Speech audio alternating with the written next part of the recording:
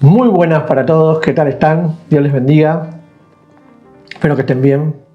Vieron que hay momentos en la vida en la que creemos que el problema está en las personas que nos rodean, que de alguna manera pasan un tiempo con nosotros. Nos molesta cómo actúan, nos desespera su manera de hacer las cosas, nos irrita, que no entiendan algo tan simple como nosotros vemos las cosas. Y muchas veces pensamos, si esta persona cambiara, yo estaría mucho mejor.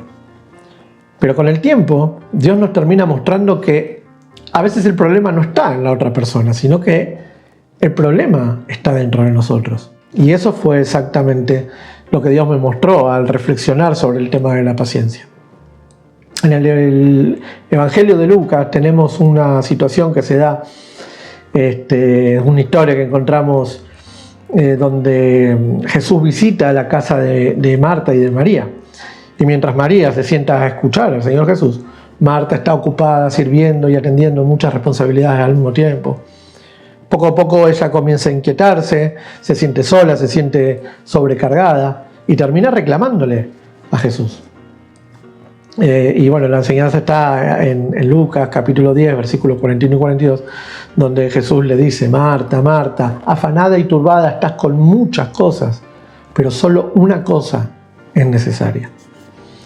Y fíjense que lo interesante es que Jesús no corrige a María, sino que corrige a Marta. Y eso nos enseña algo que tenemos que aprender y de lo que es importante que meditemos. Porque Marta veía el problema en su hermana, pero Jesús veía el problema en la inquietud de Marta. Y muchas veces nosotros hacemos exactamente lo mismo.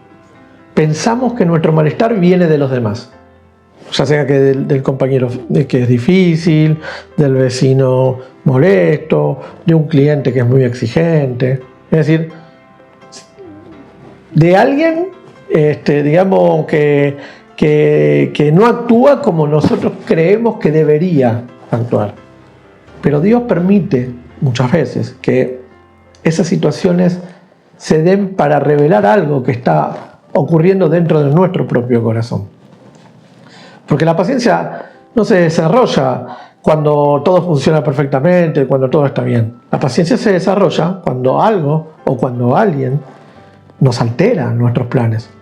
Cuando debemos esperar, tal vez cuando tenemos que escuchar, cuando tenemos que soportar una situación, ¿sí? O cuando debemos amar, incluso en medio de esa incomodidad. Y ahí podemos descubrir que la paciencia no consiste solamente en soportar a los demás, sino que la paciencia consiste en aprender a gobernar nuestras propias emociones. Fíjense que también Pablo en el libro de Efesios capítulo 4 versículo 2, Pablo dice, ¿no?, a los Efesios, dice: con toda humildad y mansedumbre, soportándoos con paciencia los unos a los otros en amor. Perdón. Es decir, fíjense que Pablo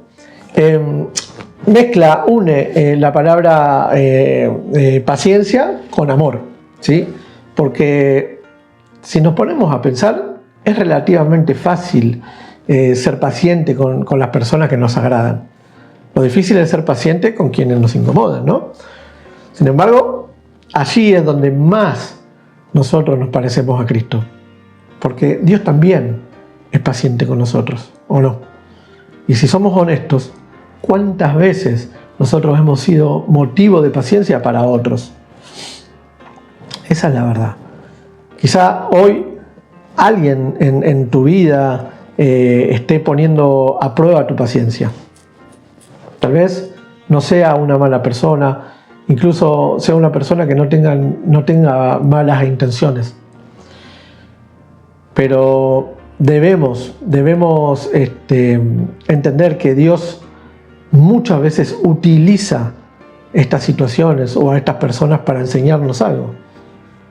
Por eso la próxima vez que te veas en esta situación, que te sientas irritado o impaciente, antes de pensar en cambiar o que cambie la otra persona, deberías hacerte esta pregunta: ¿qué quiere cambiar Dios de ti?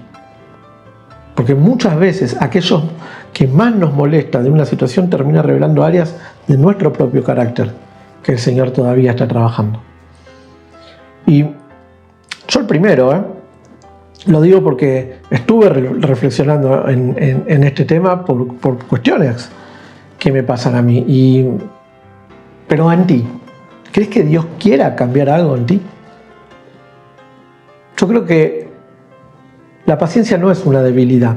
Yo creo que la paciencia es más bien una fortaleza que nosotros debiéramos tener bajo control. Y creo que está profundamente ligada con el dominio propio. Y el dominio propio es un fruto del Espíritu.